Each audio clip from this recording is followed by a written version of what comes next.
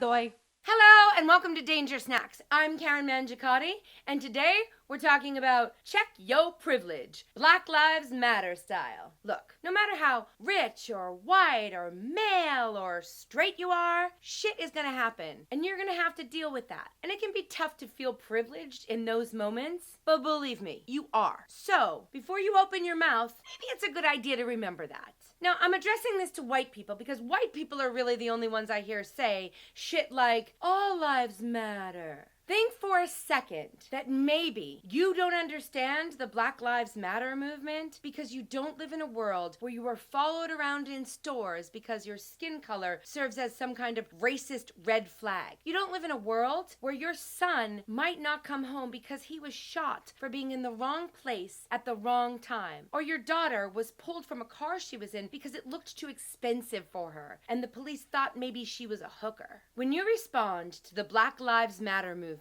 by saying all lives matter, what you're really saying is, hey, I'm in the dominant paradigm and I want to stay that way. Or, hey, I've been living all my life thinking black lives don't matter, now you're fucking with my head by telling me that they do? Fuck that, I'm gonna neutralize it by saying all lives matter. It's bullshit and you know it. And if you don't know it, but right now you're feeling a little uncomfortable about what I'm saying, bam! You're in the dominant paradigm, my friend, and it's time you figured it out. Of course all lives matter. Look, I want to live in a world where we're all on that page. But right now, I am really concerned about the lives that are being effectively tortured and ended by government systems. I'm really concerned about a whole segment of society that is living in constant fear, essentially living in a different country than I am. I'm concerned, and you should be too. We have a system that prosecutes and incarcerates black people 30 times more than white people. A system that does not always hold accountable those in authority for poor and sometimes lethal judgments is not a system that any of us can trust. If you are not angry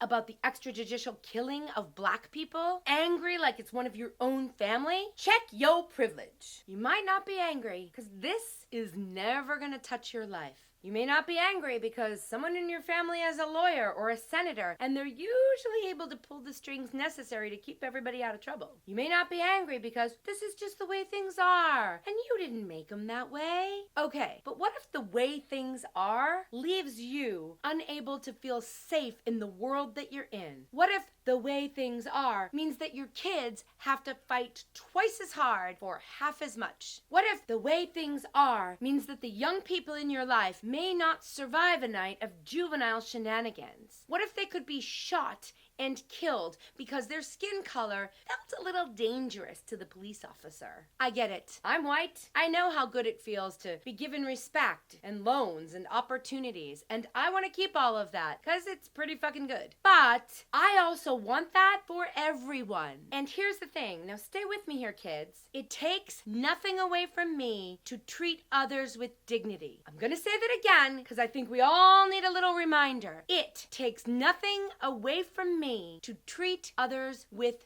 dignity. Now, if we can all remember that, it doesn't matter or hurt you or upset you or make you feel uncomfortable when people say Black Lives Matter, because Black Lives Mattering doesn't mean that white or pink or brown or yellow or whatever else lives don't matter. There is enough respect and dignity for all lives. So make it mean something in your life. Making the world safe for everyone only works if everyone speaks out. And when it comes to protests, white faces matter.